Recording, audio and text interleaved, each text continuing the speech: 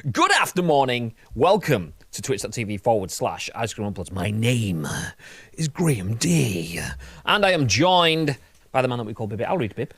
Good evening. Am I echoing, or are we okay today? It sounds like it's okay at this moment in time. Switch it up to 4. Do one more notch. Skadosh. Nice. Okay. Yeah. Nice. I feel like that's okay. In my head, I can hear you. I can hear me with like a millisecond delay. Highly annoying. Fun fact, we've just gone live, and the time right now in New York is 10 a.m. to the minute, which is exactly the point, because of a reason that we still have to determine and get to back up the facts. We decided to go live at 10 a.m. New York time today. Hey, how you doing? Welcome in. Get yourself comfy. Hi. That's not actually true. It's 3 p.m. in the UK, which is 10 a.m.-ish. It's fine. You guys in the chat did let us know. Hey, how you doing? Pistol Mike says 9:54. We just like to have a I know, and we have fans from around the world. You know what I mean? So when we say 10 a.m., we never say that it's going to be GMT. Yeah, that's true. We've never said that once. Never said it once. We do say we are in the UK and we're going live at 10 a.m. Doesn't necessarily mean that we're going live at UK time. So facts. That can cover us anyway, because we've pretty much got the full 24 hours to play with. Let's go! Anyway, welcome into twitch.tv/Ice Cream Unplugged. My name's Graham Day. I'm joined by Bibby. We are Ice Cream Unplugged, and this is The Scoop, the UK's #1 video game podcast, if we do say so ourselves. We are live on twitch.tv/Ice Cream Unplugged, where we go live each and every single weekday for about an hour-ish, bringing you the biggest, the best, and the breaking stories in the world of video games. We'll give you our thoughts and impressions on those stories, and we want to hear your thoughts and impressions. And if you're in the chat, we want to give you our thoughts and impressions on your thoughts and impressions. Their thoughts and impressions on our thoughts and impressions, and our thoughts and impressions on their thoughts and impressions.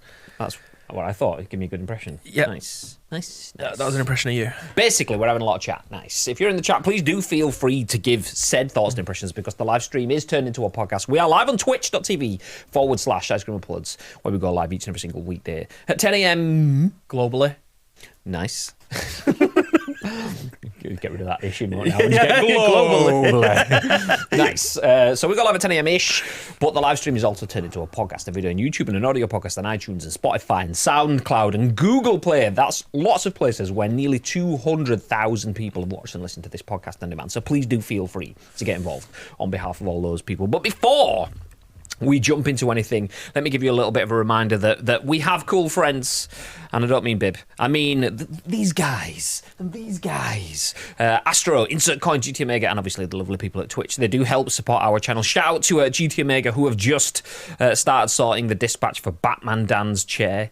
Batman Dan got a chair by taking part in the engagement. He didn't even take part in the event, but the engagement around one of our special events, the Royal Rumble, which was a couple of weeks ago.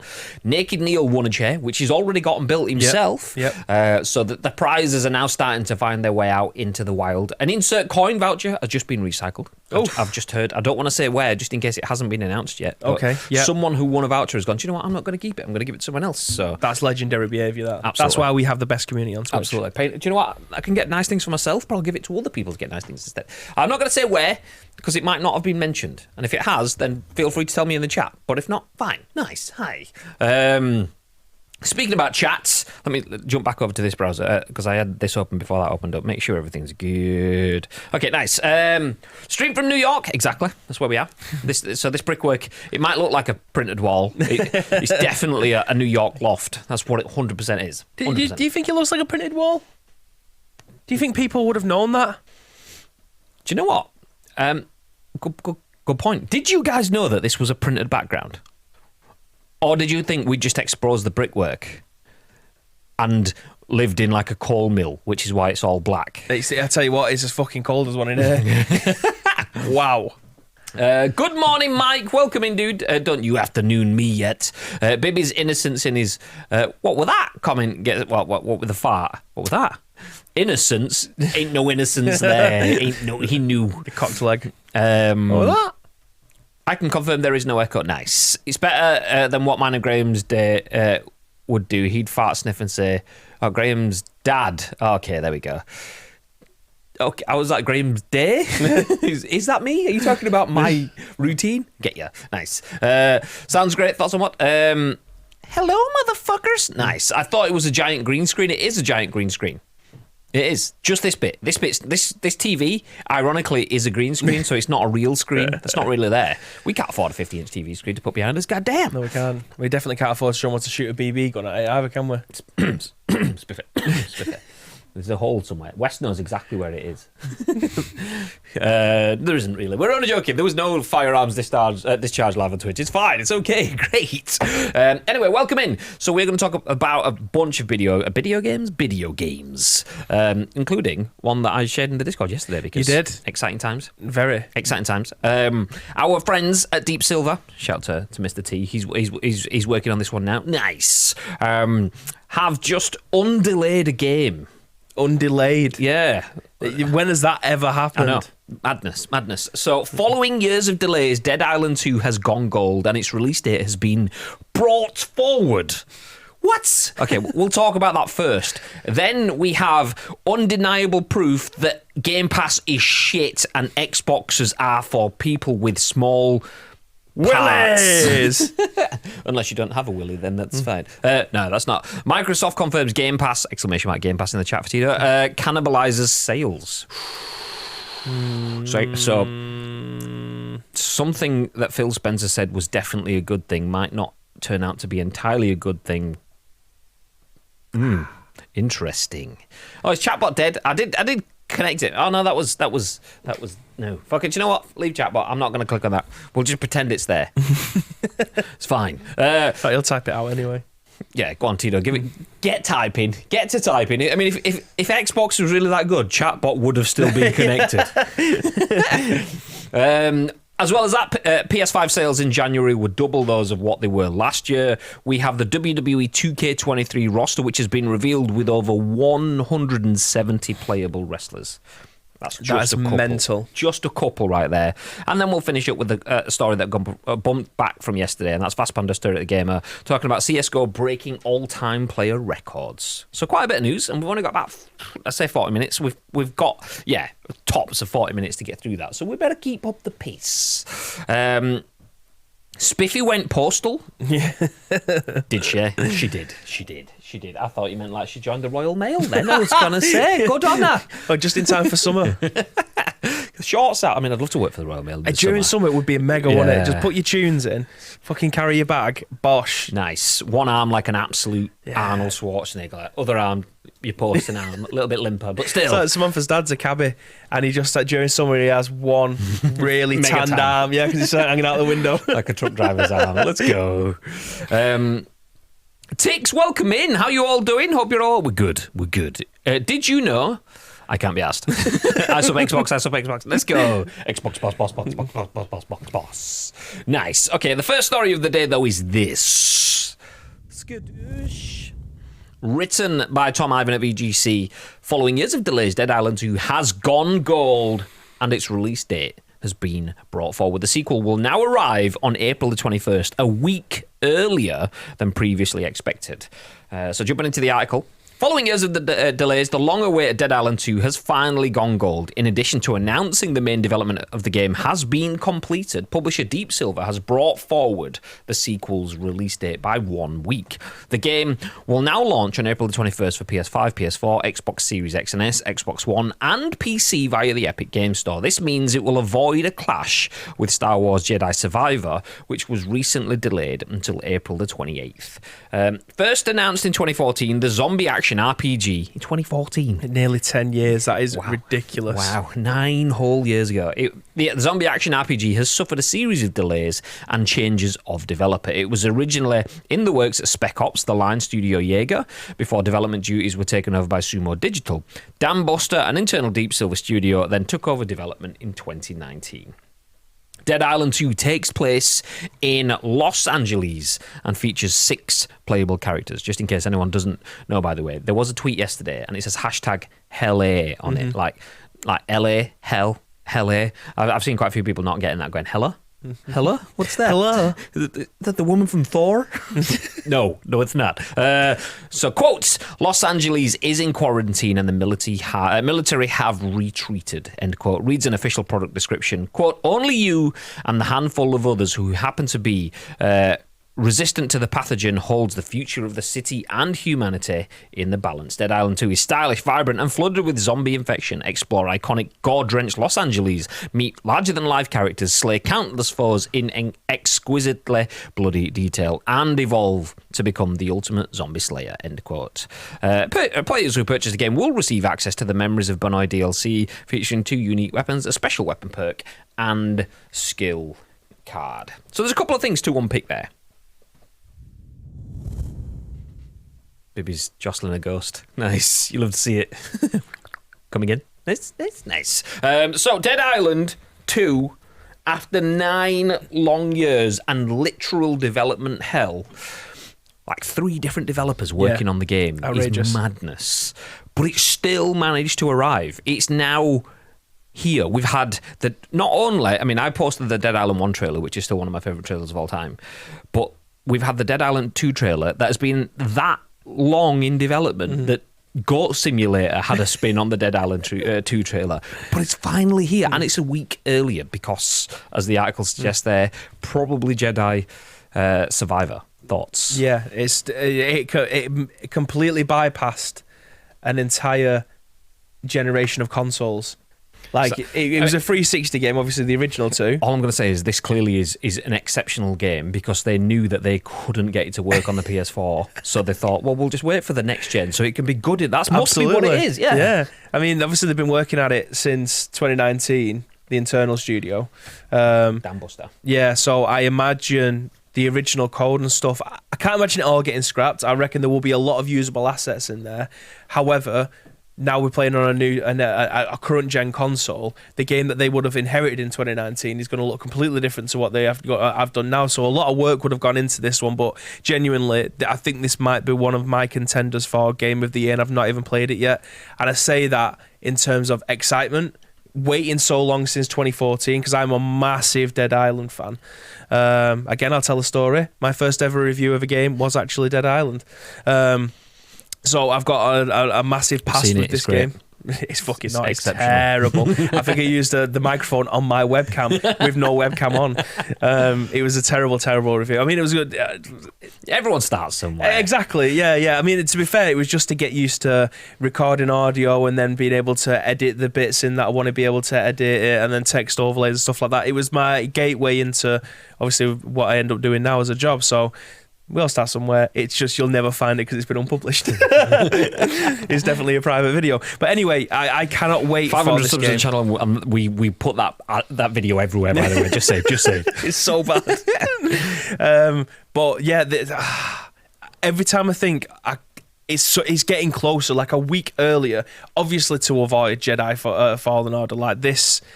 That game coming out has completely changed the direction of what this was. I mean, their marketing beats would have had to change. I reckon Deep Silver was scrambling when they heard that Jedi Fallen Order was going to get moved back. Just so it does. They have a week. A week isn't enough, but it's enough for people to go, actually, it's been gold for a while. They're marketing stuff that's irrelevant to the consumer. Even if no one saw a trailer for this game, and the people who are heavily invested in Dead Island, they wouldn't even need to advertise them. They just need to say, this is when it's coming out, this is where you can buy it, jobs are good, and they're not asked about the rest of it that comes around with it. But I cannot wait to jump into Nice. And get involved, because genuinely, I think this might end up being Game of the Year.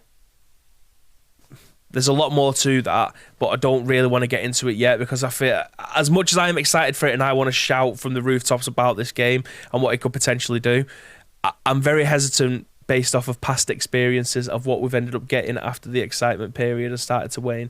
Yeah. Well, we for those of you that don't know, we are obviously Ice Cream Uploads. The reason we're called Ice Cream is because we're part of an agency called Jelly Media. Jelly and Ice Cream. Nice. This is where Bibi goes, I didn't know that until... Yeah, literally like year 3. But we used to work with Koch Media, and we used to work through Koch Media, which doesn't exist now. They're now called Play On. Same company. Anyway, they own Deep Silver, like part of the same group, and Deep Silver, obviously, developer of Saints Row and Dead Island was another one of their titles. I don't know why I said Deep Silver, because it's actually... Oh, yeah, they're the publisher. Yeah, anyway. We worked on the first Dead Island. and we were going to work on the second Dead Island. So we've since... Did you do Riptide? Yeah, we did. We did do Riptide. We covered Riptide. I think that was kind of like towards the end of us doing Koch Media content. Basically, they knew we were hiring Bibe, and they'd seen his review, and they wanted to distance themselves away from us. Anyway, so this is how long it's been. We knew this game was coming. We knew it was being developed by Jaeger. Then we knew it kind of got held up. So obviously, for those that haven't seen it, the Dead Island trailer, you've probably seen it because it's like 9 years old. You must have done. And it was obviously recently done by Goat Simulator. But it's some dude sticks his... this is how old it is, an iPod, not his phone, an iPod in his ear, starts playing music, and he legs it down the beachfront, like in LA, kind of like, it was almost Miami vibe, but I assume it's LA, because of, obviously, welcome to LA. And basically the world's going to shit behind him, but because he's got his tunes in, just you can't hear any of it, and you get the idea. So we saw that. We saw the switch from Jaeger to Sumo Digital. Then they switched over to Dambuster just as I think we were just leaving. I think that's where we were wrapping up. So I don't know the reasons why. I don't know what it is, but I was aware that those changes were happening. And I did think, do you know what? The fact that they've switched to Dambuster, that's a third studio on it. They clearly want to get this game out. Yeah. The fact that the first game was so highly regarded in terms of...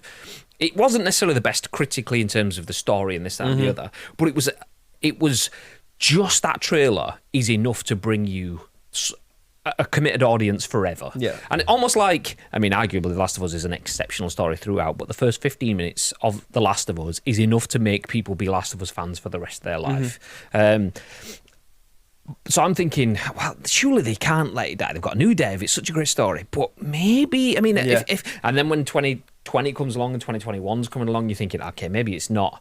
But then we keep getting sounds from, it's definitely coming. Yeah, it's definitely coming. To know it's coming out this year in a couple of months' time, and it's coming out a week earlier than it should be. Yes, that's probably pushed forward by Jedi Survivor, but they're clearly in a good enough position because you can't push a week forward if you aren't already in a good enough position to do that. It will have been a struggle, undoubtedly. To push forward a week early, that's changing logistical timelines and everything. So they must have already been at the point where they knew they were going gold, and that week was probably an extra week of safety and security. They've just moved all of their social plans forward a week. Yeah, well, they would have had to notify stakeholders and everything with this one. It's not just a case of two people go, one's the distributor, one's the social media team, and going, right, okay, we can link up here. Everyone who's involved in that game would have had to go give it the green light, otherwise it ain't going anywhere. Yeah, exactly. So, but for it to be coming out a week early, for them to be that confident, and I say that confident, obviously there is possibly an element of self-protection / fear. If you're putting yourself up... Pistol Mike, thank you very much for the sub. Legend. Hey, give us an update on your affiliate status, by the way. I'm assuming... I don't know. We've never had to do that affiliate grind, so that's why we're always happy to help other people, because we were partnered from day one of being on Twitch, because a lot of our work happens behind the scenes off stream. So we started as partners. So I don't know how it works. So give me an update. Are you good? Did you get it? But thank you very much for committing with the sub as well, dude. I appreciate that very, very much. But there must have been an element of fear there, because you don't move your calendars. You don't move things forward. Even if you're ready and even if everything's in place, you don't do that. And also, just a very generic thing that doesn't really apply to everyone, but a lot of businesses pay people at the end of the month. Yeah.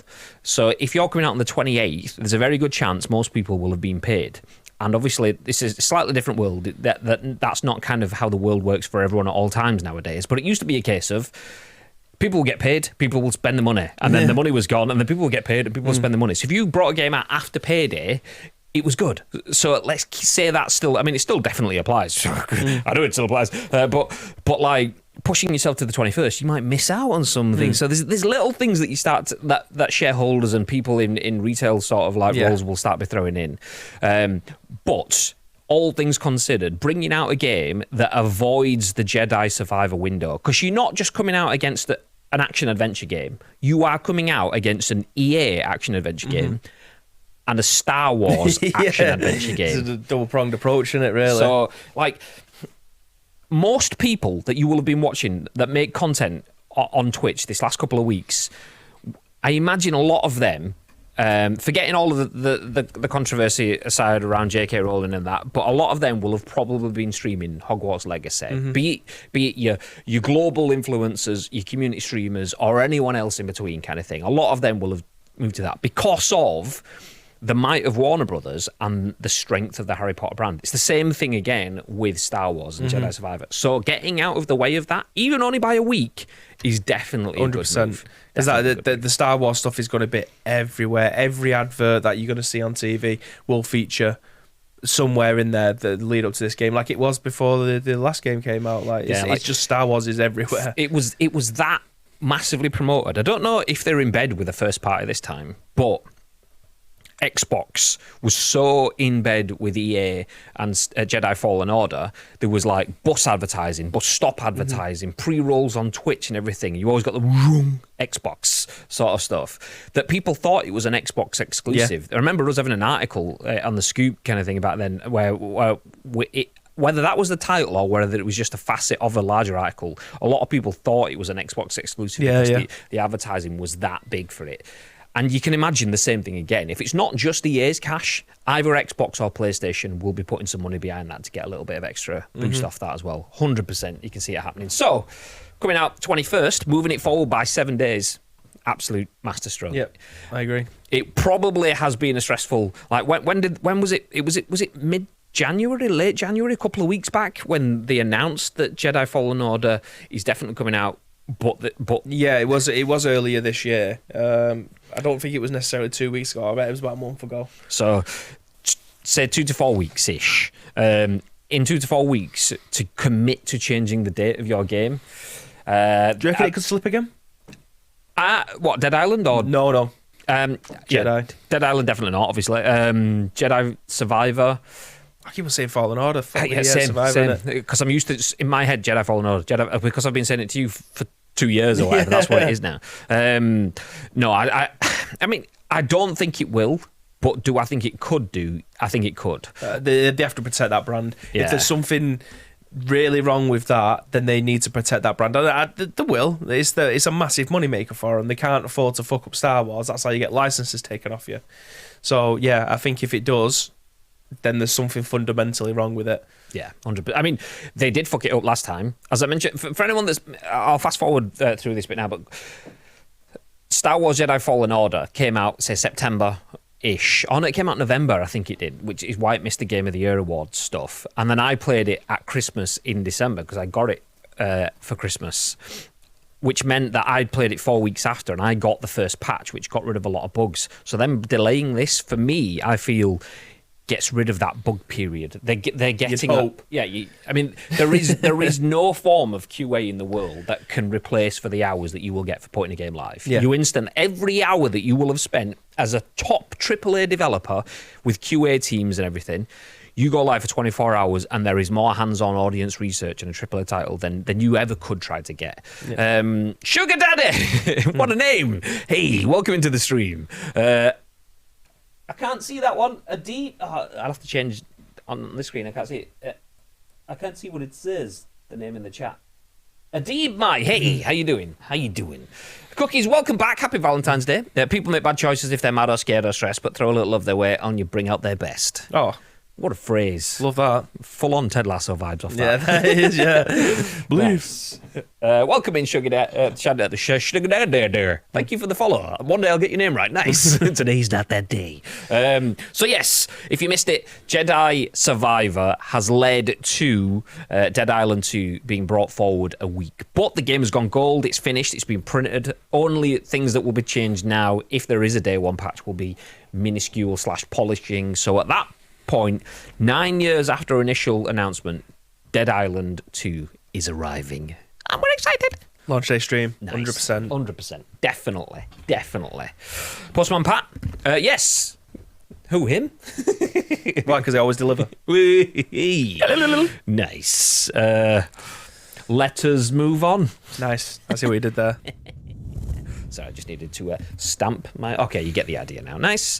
Okay, this one is from Brendan Sinclair at gamesindustry.biz. This is actually All right, Dad. Okay, Dad. Okay, Dad.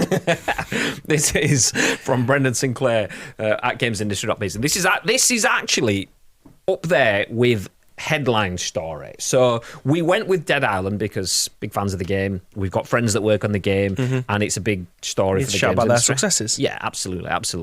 But this one could definitely lead the story. Microsoft confirms Game Pass cannibalizes sales. It's nearly slanderous, that. It is, and the thing is, it's such a that is a bibby tag. Like, what's the word? Clickbait. That's the word. I completely forgot. That is a bibby clickbait title, but this is by gamesindustry.biz, which don't do clickbait titles.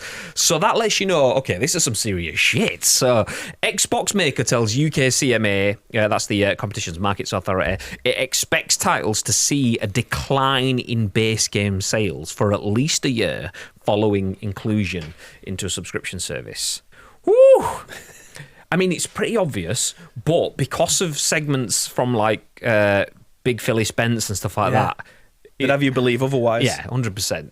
And the only reason we know is because of this ongoing spat. What the fuck? Okay, let's jump into it. So the UK Competition and Markets Authority provisional report on the Microsoft Activision Blizzard acquisition, fuck me, lots of big words there, includes an admission from Microsoft that putting games into its Game Pass subscription service cannibalizes sales of those titles.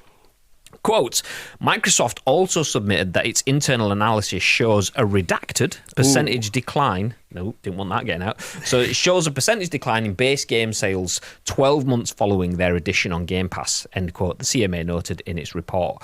That confirmation runs counter to claims Xbox head Phil Spencer made in 2018 that Game Pass boosts sales rather than undermines them. Quote, when you put a game like Forza Horizon 4 on Game Pass, you instantly have more players of the game, which is actually leading to more sales of the game, Spencer said, adding, you say, well, isn't everyone just going to subscribe for $10 and play this thing? But no, gamers find things to play based on what everybody else is playing.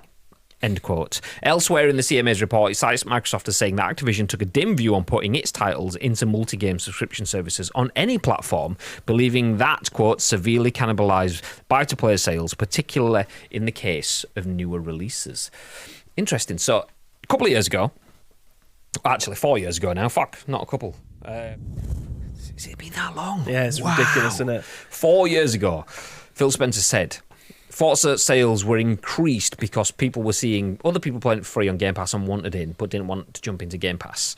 However, now their own stats show that it leads to a reduction in sales. We don't have the percentage, it's been redacted. And Activision Blizzard say that they don't like to put games into things like Game Pass because it reduces the buy to play, i.e., I'm going to pay money, 70 quid, 60 quid to buy the game outright. It reduces all potential for sales, which is obvious. If you can play a game for free, why would people be spending that much money? If you can get 7 months of Game Pass, which for most people, for any open-ended game, most people will stop playing a game within 7 months. Obviously, PUBG's a bit different for me. Fortnite for other people, whatever, football games and so on. Most football games, people have stopped playing in 7 months. A lot of people will play them for about 10 months before they're on to the next one, but most people will have given up and moved on to something else in 7 months.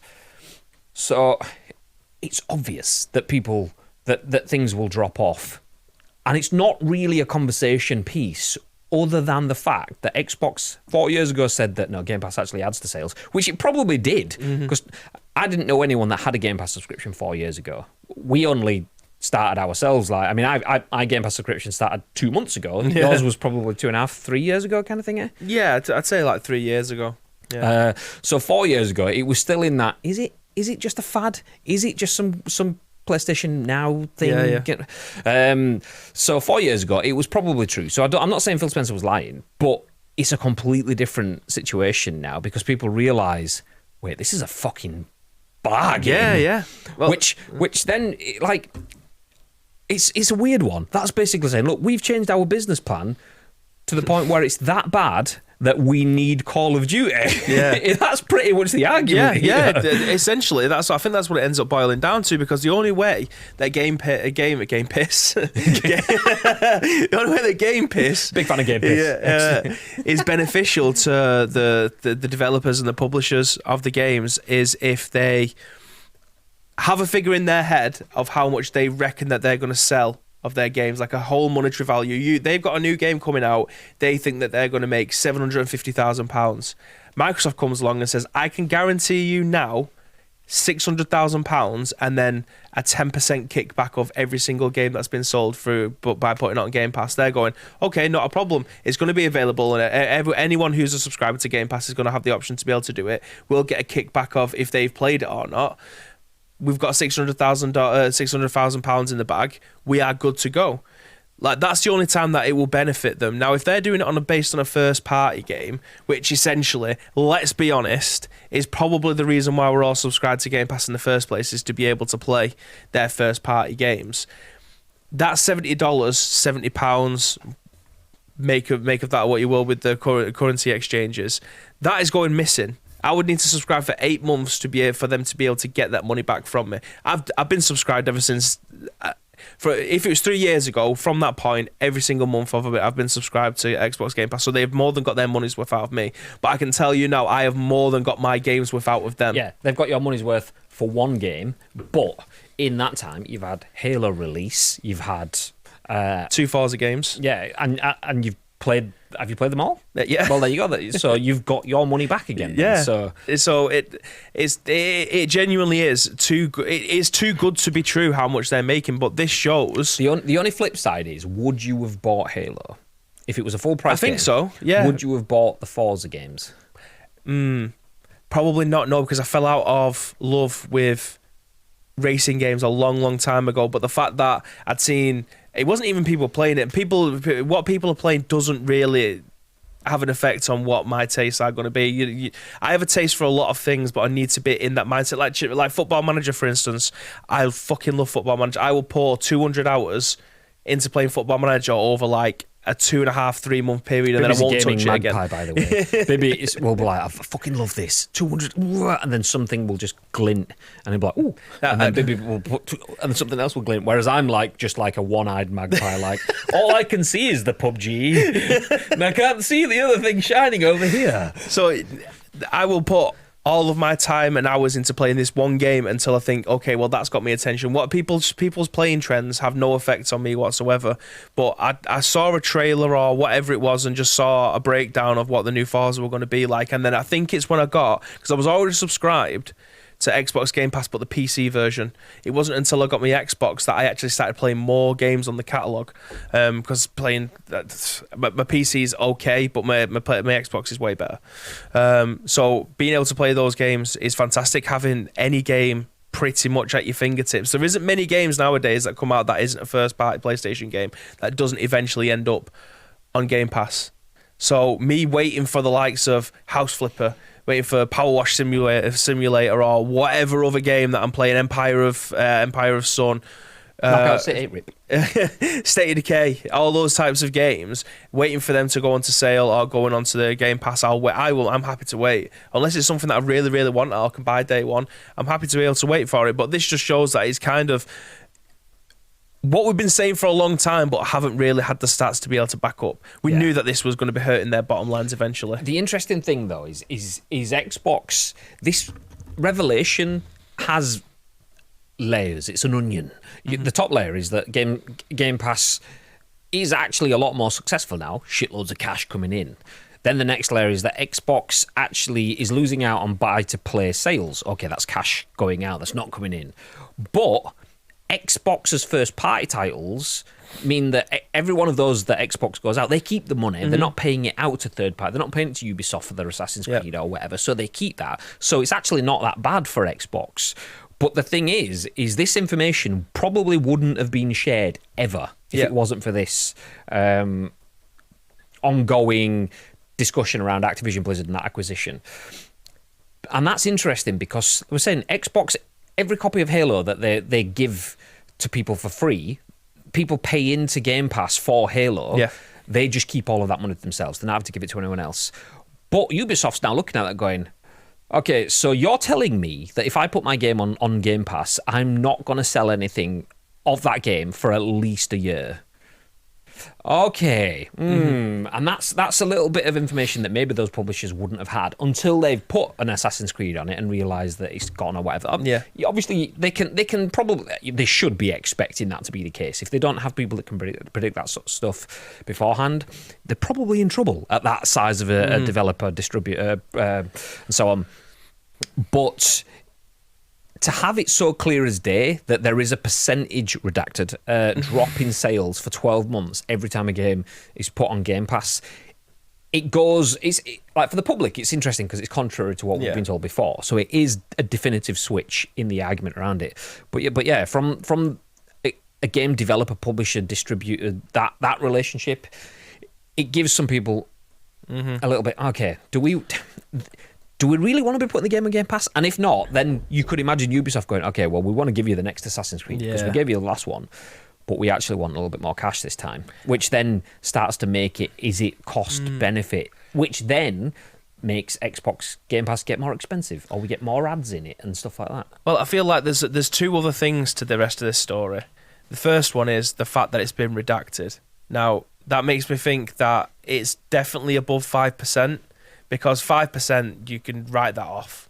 10%, pushing it a little bit, but I think it's going to be like 15-20% this. It could be. It could be an absolute nail in the coffin percentage. Like, if once your game goes on Game Pass, people are not going to buy that. Like, there'll be an 80% drop off in sales. It could be that bargain as well. Bin stuff. I don't know why they thought that if they put it on there for 1 month and then take it off, that might lead people to go and buy the actual game. So it's like playing a demo for 2 weeks, a month or something like that. But if it's already on Game Pass, no one is going out to buy the physical copy of that game until it's 90% at the till on your way out, or it's at a clearance part of Tesco or something like that where you can pick it up for £5. It's definitely not a behaviour that tracks in terms of maybe 4 years ago when 5 years ago when Phil Spencer said people seeing people playing Forza and go, I want some Forza. Maybe they go, I don't want this past library thing. All I play is Forza, so I'll just buy that one game. Maybe that did happen 4 years ago, but now people are used to it. People have developed attitudes and behaviours. They know how to play the system in their best interests. And if you see a game that last week was completely free or £10 for a month is now 70 quid all in no other option, a lot of people are like, nope, I don't think so. I'll wait for that to come down in price. If I don't buy it, there's a lot of other people that are not going to be buying it. Therefore, you'll have to drop the price to just get whatever you can. It's a supply and demand market which works for consumers as well, if they're all in the same frame of mind. So, yeah, it's an interesting one. It is an interesting one. It doesn't mean Xbox Game Pass is bad. No. Just to clarify that. Obviously, that's the way it kind of reads. But it's interesting to get an absolute fact admission that Game Pass does cannibalise sales, which then falls down to where we've said Xbox Game Pass is the best deal in gaming. By far. There is no better deal than Xbox Game Pass. If you as a user, at least for the next couple of years, want to play games en masse for a great price, Game Pass is where you need to be. Yeah. But if it's cannibalising sales, it's not great for the developers. The developers will then start asking for preferential deals. Preferential deals means lowered profit margins. Lowered profit margins means increased prices or advertisements and the rest. Which means, as we've said all along, it's a great deal, but it seems too good to be true. And whether that's just too good to be true right now, or it's actually great right now, and it can be true, but the market's normalised and Netflix gets more expensive and so on. It will get more expensive, definitely. But yeah, it's good to see a little bit of the stuff that we're not supposed to see. Yeah, well, this is like you mentioned before. This is the exact reason why they need the likes of Call of Duty to come on board, so that they can make all of those people who might end up buying it for $70, £70 or whatever it is, they're getting them to sign up to a year's worth of Game Pass right off the bat. That's easy money for them then. But they need other games to come out alongside that. They need their Bethesda deal to come through and give us the new Elder Scrolls game. And we've obviously got Starfield coming out next month. Not next month. It's the end of the year now, isn't it? Something like that. Yeah, it got moved again, didn't it? Yeah. So they need those games to come through pronto to be able to start making it viable for them. Sheepbragger! 11 months? No way, you're on 11 months already. Woo! Be birthday next time. It will. Let's go. I'll bring the party hats. You bring the cake. Love you. Appreciate that, Sheep. Cheers, dude. That was it. The thing about the Call of Duty purchase is every time Xbox buys a studio, they're hoping that that's someone that they can opt into a sale. And even if that's one title, like there is a lot of people out there that will buy a game every week, but there is also a lot more people that will buy 1 to 3 games a year. And if you are that 1 game a year person, it's usually a FIFA or a Call of Duty or a Fortnite or something. Well, you can't do anything with FIFA unless you buy a year. And that's a big fucking expense. So, okay, we'll leave that one. Well, they're just chucking out £500 million for a Premier League license, so exactly. I can't imagine how much it'd be to inherit them. And then you've got Fortnite, which is Epic, okay, we'll just leave that one. That's another big-ass company as well. So, okay, Call of Duty, Activision, Blizzard, that's on the table. Let's go for that. But the thing is, if that person only spends money on 1 game a year and you put it free into Game Pass, rather than getting 70 quid off that person, you're getting, it's more than, it's like 15 quid a month, isn't it, or something? We'll just call it 10 just for quick maths. That's 120 quid. That's 50 quid up every year that you're getting from that person every year. The highest selling game every year, you will keep that person engaged there. So even though it's an astronomical amount of money, 69 billion, even though it is a huge amount of money, that is a chunk of cash that you are keeping coming. Yep. You are keeping rolling. So that is why it's so important for Xbox to spend that much money. That's why we're in the acquisition phase, because they're realizing if you want to get an open-ended forever subscription, you need content. And if you lose the content, you lose the viewers. So I mentioned Netflix before. It's getting more expensive and there's less people watching it because there's not as much content rolling through right now. Probably all sorts of reasons for that, but Xbox are in the early bit of, okay, we'll take it all, please. Yeah. So, interesting. Anyway, we'll start picking up the pace. Hey, Jordan. I'll read Nawari. What is that?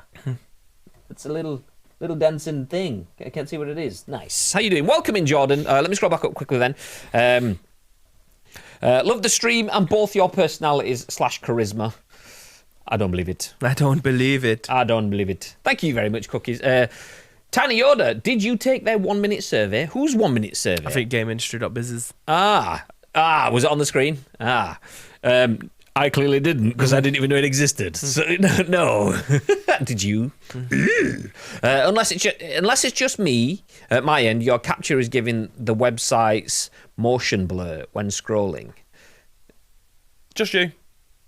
Tiny Yoda confirms.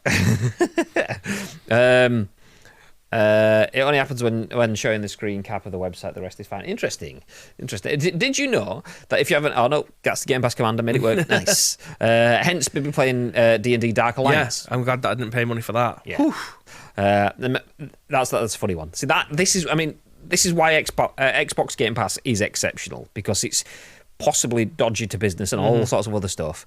But you can just watch 2 grown men's dreams be destroyed. Yep. Watching Bibby and Tito in the Discord, like pretty much this blossoming bromance of 2 dudes that were going to stroll out into the dungeons and take on the... And then D&D Dark Alliance was crap. It was about an hour and a half worth of... I'm not even going to say fun. It was terrible. Was it even that? I feel like you played it for 30 minutes and was like, well, that's... I think we did shit. I think we did like 2 or 3 levels and then we're just like, do you know what?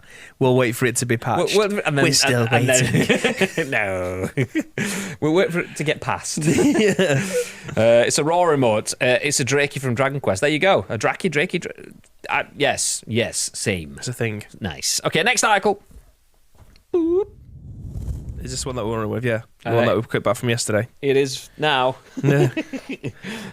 CSGO has broken the all-time player record, proving it's the king of online shooters. This is a pretty straightforward article, so we'll jump through this one pretty quick. But VASPAAN DASTOOR at the gamer as this. CSGO is still breaking records 11 years after launch. So longevity is something all online games aim to achieve. Shout out to Knockout City and Rumbleverse. I did see I'd say Rip Rumbleverse in the chat. Oh no! I did watch the clip of me, you, and Toby getting a Rumbleverse dub the other day. It was like I said the other day, yesterday. Knockout City. Yeah, fucking Rumbleverse on the brain. I was flicking through stuff and it came up and I was like, I'm watching this, and it was the multi-ball. Pow, pow, pow. Anyway. So, in a time when there are so many other games and so many other forms of entertainment to draw away our easily distracted minds, notice how I was just distracted by Knockout Say It Nice, developers would have to come up with something truly special to keep the player base engaged. In recent years, Fortnite has figured out the best way to do this is by jamming in all sorts of content, even if it has nothing to do with the original game. However, there's one game that has managed to retain its player base, even though it doesn't change much from its salient gameplay. You may have heard of a game called Counter-Strike Global Offensive, CSGO. The game came out around 11 years ago, and you could say it was pretty popular. So popular, in fact, that it's broken the all-time concurrent player record to reach 1.320.219, well, commas. So 1.3 million players. Thanks, PC Gamer. If you head over to SteamDB, you can see that it reached this all-time peak as of the last few hours at the time of writing, of course. Before reaching this monumental milestone, the peak concurrent player count for CSGO was 1.308 million, which it had achieved 3 years ago. For our younger audiences, the original Counter-Strike was released as a mod for another iconic Valve game, Half-Life. The developer eventually acquired the mod's IP and in time put out the version of the game we know today as Counter-Strike Global Offensive. While there are seasonal events, cosmetics, and game modes, it mostly revolves around the same formula. Shoot the player in the other team, and sometimes there's a bomb involved. This fact makes the new concurrent record even more impressive, as Fortnite needs to add a popular character from an entirely different game, along with a completely new gameplay formula in order to keep players coming back for more. We'll leave the last paragraph. We don't need it. Oh, same screen. Let's go this one. Nice. So, as I say, pretty obvious, but still a huge, huge achievement. 1.32 million players. Madness. Yeah, outrageous for a game that is 11 years old. I mean, it just shows that it doesn't have to be something brand new, shiny, all explosive type of game. It's just a very simple 5v5 shooter. Sometimes there's a bomb involved. Like, it's not that difficult to be able to pull together, but the gunplay is exceptional. Every single gun handles differently, has different bullet spray. Like, it's just... You're always better having someone who's very, very good at sniping, someone that's very good with the pistol or an assault weapon, or being able to time your money coming through into a particular round. Like, we'll just rock pistols this one and we'll make sure that we have enough money next time to be able to... Like, having the tactics and the people that are on the same wavelength. Just want to say, my brain was struggling then, because my brain was like, rock pistols? What are those? We'll just rock pistols. I was thinking, what can you run around with stones and pistols? But then I figured out what you said. Nice. But yeah, like having this esports as big as it is as well, like it's still an incredibly popular, if not one of the top 3 esports in the world still. It's for like, if you've never watched CSGO esports, I'm not into CSGO esports. I've played bits of it and it was cool to play. But we did some social media work covering ECS Season 6, which is probably like fucking a bajillion seasons ago now.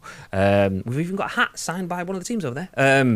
Not that you guys can see it, but still, I'm pointing it anyway, just for my own pleasure. Nice. But when you get into it, it's such a high caliber, high octane, easy opting esport to watch. So it doesn't surprise me that it's still absolutely smashing it. But it does always surprise me. It doesn't surprise me, and it does surprise me simultaneously, because to get 1.32 million players playing concurrently on a game that's 11 years old is absolutely obscene. But even on Twitch, it's like 62,000 people who will watch one of the events on a weekend, like mental people. All the time. And that's the thing, though. That's when you've progressed. I bet there was a lot of different sports in the world when football first took off, but that was the one that just had the magic formula, the magic sauce, the lightning in a bottle thing that you can't plan and you can't really describe. It just worked. And very few games get that, but the ones that do keep it. Yeah. And like you say, Fortnite, it makes some comparisons to Fortnite there, which obviously are flawed because Fortnite's a completely different game for a different audience and so on. And it's still not got 11 years of history behind it and so on. But Fortnite will be probably that for the next generation. Few other games. I mean, CSGO also came out in a time when it was much harder to create game experiences like that, and they've built on that, which is where their 11 years of legacy, there was less competition, but it was harder to do something that advanced, and they did that. But the game looks like shit. The game looks like shit. Compared to what you... like. I wouldn't quite go that far, but I do get what you're saying. No, it does. It looks like a PlayStation 1 game. It doesn't look pretty at all. Like, you look at how cool Call of Duty is. You crank all your textures up on that. Fuck me, what a beautiful game. Especially like you play PUBG on console and you go to play Call of Duty on PC and you're like, Sheesh. Yeah, but like Fragger said there, I remember buying Half-Life in the day because it came with Counter-Strike. Crazy numbers, CS shows that gameplay over everything. 100% agree. There is so many dog shit looking games that I still play. Played one at weekend, streamed PES 2023 on the PlayStation 2. It looks shit compared to most games nowadays. However, Jamie Vardy looked fucking class, mate. His face cam was great in it, but yeah, as long as the gameplay is tight, absolutely. I mean, I will disagree with you, AC. I'm going to disagree with you because it said the game is clunky now, but compared to the original Counter-Strike, the chat's just moved. But in the good old days, it was so much better. But I still feel like the controls on that game are as tight as an FPS shooter than you are going to get on the market by a landslide. I think that's the thing, though. Like, it's probably referring to the controls are very similar. The issue is there's none of that sort of like jump, roll, lean, dolphin dive shit that you get in modern games. But that's where the beauty is. Oh, yeah. Like, Call of Duty 4, for me, is probably still my favourite COD of all time. But that's because, like I've used the example before, stone, paper, scissors. It's easy to balance because one beats one, loses to one, and draws. That's it. There is win, lose, or draw on every one that you go for. But then when you go to COD Modern Warfare 2, it's like, okay, stone, paper, scissors was the last one, so people want some innovation, so we've got stone, paper, scissors, fire and water and whatever, and then the next game we've got fire and water, and then this one does that one but it only does half damage, and it's just like, okay, well, it's cool, but it's not clean cut. And that's the similar sort of thing with CSGO. Like, it hasn't evolved with all these extra functions and moves and stuff, but it also doesn't need to. The beauty comes from its simplicity, and I think that's kind of where it sits for me. And that clearly works for enough people because it's the most played game ever. Beating itself as the most played game ever.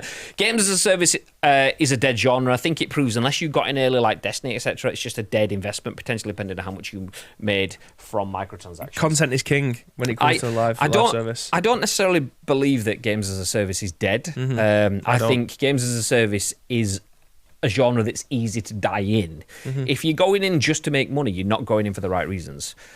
And that's all anyone ever is going in for it for. People wanted to make survival games because they want to make money as a business, but they want to make the best survival game.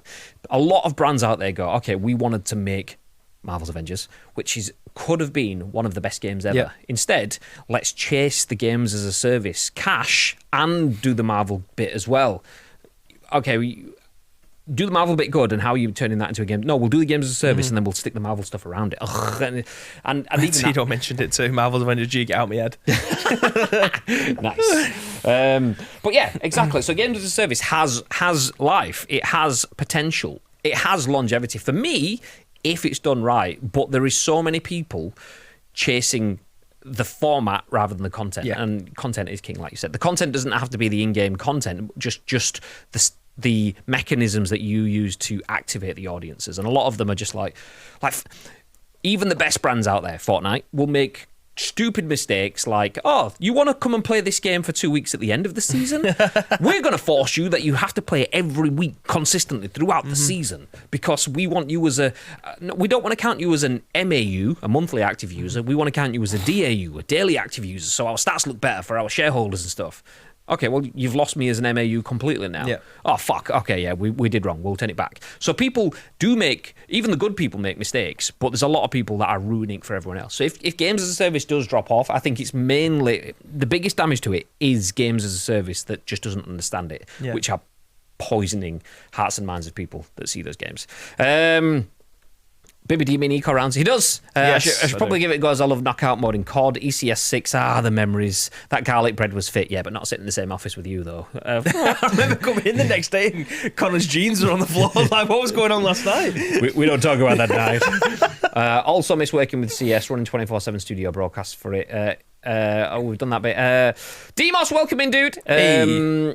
Hope the day's been great, fellas. It is now your ear. Vardy look better than real life. Need a new Red Alert Command and Conquer out. One of the best games. Could spend hours. Did they remaster it not long ago? There was something because Luke was a massive. Yeah. We said not long ago. I think it was actually quite a few years. Was it? Now. Probably like 2 or 3 years ago. Something like that. Time is flying by. Because obviously Luke was talking about it on stream. It might have even been in that Christmas special thing that we did where we spoke about games we were looking forward to, which that was pre-lockdown. That so was like 2020. 2019, 20. Yeah. Sheesh. If Marvel Avengers had just been a single-player game, it would have been lauded. It was exceptional. Instead, it's remembered as a cheap cash grab, and it was 100%. That is why Jordan is not wrong saying games as a service is dead. Games as a service could be dead as a genre, depending on how people in the development spots choose to interact with that. I agree. What time? Do you know what? We'll leave it there. We don't have time because Bibby does have to get out of here. So do I too, as well. It's Valentine's Day. You know, I've got a missus to go and ignore. We don't speak to each other. No, my missus is lovely. She bought me a. She's nice. We've got a sausage dog, by the way. Milo, if you've not seen him, then where have you been? She bought me a chocolate, which was a sausage dog, and it says, "Love you long time." That's fantastic. Nice. Cheers, babe. Love you. I was part of a beta for New Command & Conquer. Believe me, be glad it got canned. Oh, shit. My girlfriend broke up with me the other day, so yeah, Krispy Kremes and a meal for one. Let's go. Who's the real winner there? You know what I mean? You get a full box of Crispies. Yeah, exactly. No sharing. Nice. Was that Rollers that you went to at weekend? Or was that actual Cinnabon? Real deal. Cinnabon. Yeah, Danielle. Well, so that chocolate, the Love You Long Time, Danielle had seen it. It was like a M&S thing, but we don't have one near us. So she walked into Manchester when I was streaming on Saturday morning to get me that chocolate thing. And then while she was on Deansgate, she was like, "Oh, there's a Cinnabon here. I'll get Graham a couple of Cinnabons as well." Skadoosh. Nice. Lick her ass. They love it on Valentine's. What Milo? Or okay, just once a year. Let's save that for the big occasions. A lot of money saved. GG's for you. Nice. Specific, not service. Played as a specific general. Do you know what? Okay. Yes. Okay. Just ordered my PSVR 2. Sheepfragger gave me the engagement ring back. Well, there you go. Sheepfragger gave you the engagement ring back. He is a bit of a tart. Yeah. A little bit of a tart. Honestly. Sheepfragger jumped in, played with us the other week, and then had not even gone offline, and he stuck around playing with Candy Bear till the early hours, and the next day he was back again playing with us again. Yeah. Just gets passed from pillar to post. Anyway, great to hear. I'm doing well, just busy this morning. Okay, you keep busy because we're going to stop distracting. We are going to disappear right now. We do have two stories that we are going to move. One of them we're probably just going to drop, and that is the fact that the PS5 sales in January 2023 were double that of January 2022. Ooh. That's probably because there's more available and there's a bunch of games. Yes. Nice. Easy. Job done. Nice. So PS5s over the last month or so have sold very well. Nice. We do have a story about WWE 2K23 and the roster being absolutely stacked. We're going to share that one tomorrow because big fans of WWE games on this channel, so we want to cover that one properly. So that one will get shifted to tomorrow. So do feel free to join us for that. Speaking about joining us for that, is there anything you'd like to add, Mr. Bibb? Yes, thank you very much for joining us for today's episode of The Scoop. We want you to keep the conversation going, so you can go over and find us over in our Discord. There's an area in there called The Scoop. All we need from you is a URL plus your thoughts and impressions. We will then give you our thoughts and impressions on the very next show, which will be at what time tomorrow? Instagram Day. 10 a.m. Global. 10 a.m. Global-ish. So yeah, we went live at 10 a.m. today, if you were in New York. 3 p.m. UK time. Let's go. Sheepfrag is in therapy for... Why did you leave him? Honestly. Bret Hart. Changing name to Brockhart. There we go. Brockhart. Sorry, Jordan. We love you, really. We're not taking the piss. It's all with you, not at you. Anyway, we are going to drop a raid on Nacho because he's a beautiful, beautiful man, and he's also wearing an Ice Cream Uploads baseball cap, which means he's not only beautiful, but he's got great taste. Represent! Let's go, baby. So stick around for the raid as we drop in on Nacho, but we hope you have a lovely day. We'll see you at 10 a.m.-ish tomorrow. Oh, actually, before we go, we'll see you at 10 a.m.-ish tomorrow for some scoopage, but tomorrow night, yes, chasing crates. Core rates. Yeah. So, not announced this yet. Do keep your eyes out. The social post will be going out in a little bit. We are going chasing core rates. It's crates, but with the code red, the core boys. So me, Lotus, Silencer, Androidica, we'll only be playing a couple of hours with those, and then we'll kick them out because, we don't want to stall our seats for a little bit. But we will be chasing core rates with mates, and then we'll jump in with Nietzsche and Amanda after that. But yeah, stick around. When you see those posts, retweet them because we'd love you very much. Poor Beans is being canned. Beans won't be around. It's being canned. It's great, innit? Love it. On that one.